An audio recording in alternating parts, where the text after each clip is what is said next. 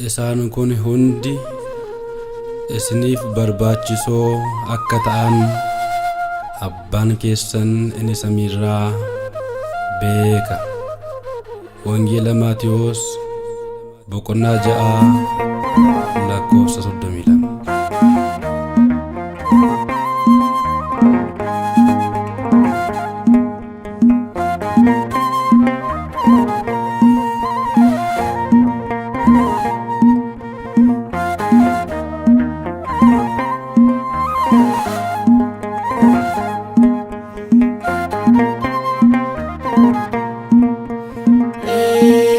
Jesus atabarkiya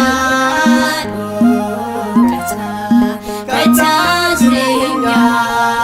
eegumsa keetiin guddane soorata barooyyaane Jesus atabarkiya kata jireenya keetiin guddane soorata barooyyaane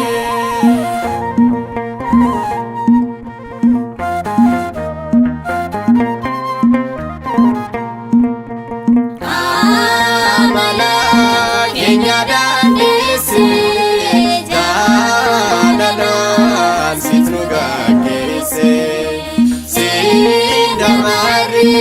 isa galisa deemsi keenya si maddisa deemsi keenya si maddisa Jesus atabarkiya kata jireenya eegumsa keetiin guddane soorata barooyyaane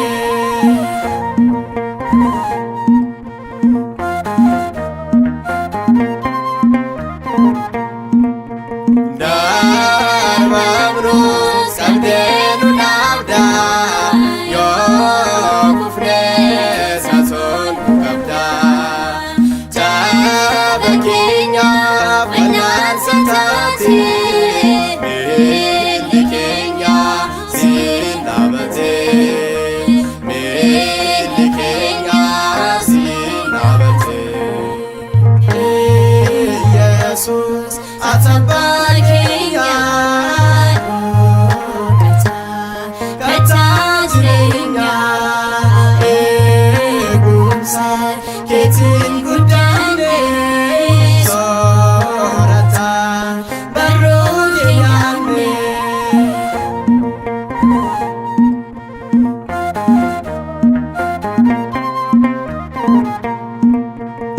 obsa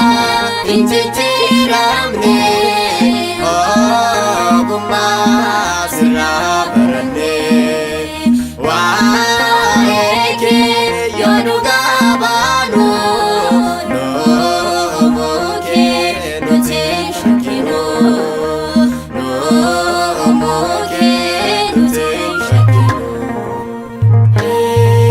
Jesus atabarkiya kata jireenya eegumsa keetiin guddane soorata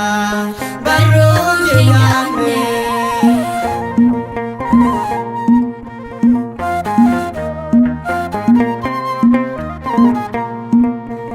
akka kee maaltu nu baate oolmaan kee nurra baay'ate ari'ataanus nuti jibbamne abba kee tasaan arganne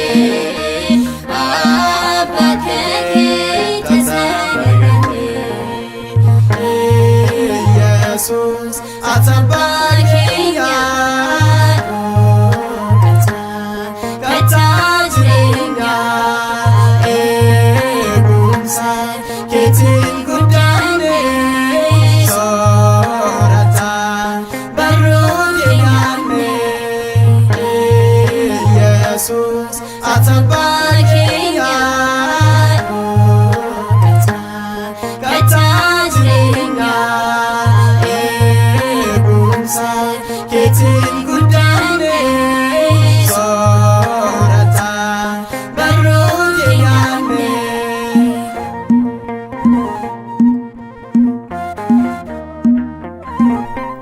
kaasee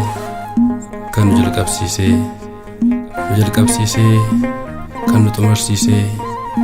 Sillaaseef galanni haa ta'u. Eebbi haadha keenyaa durbee maaramii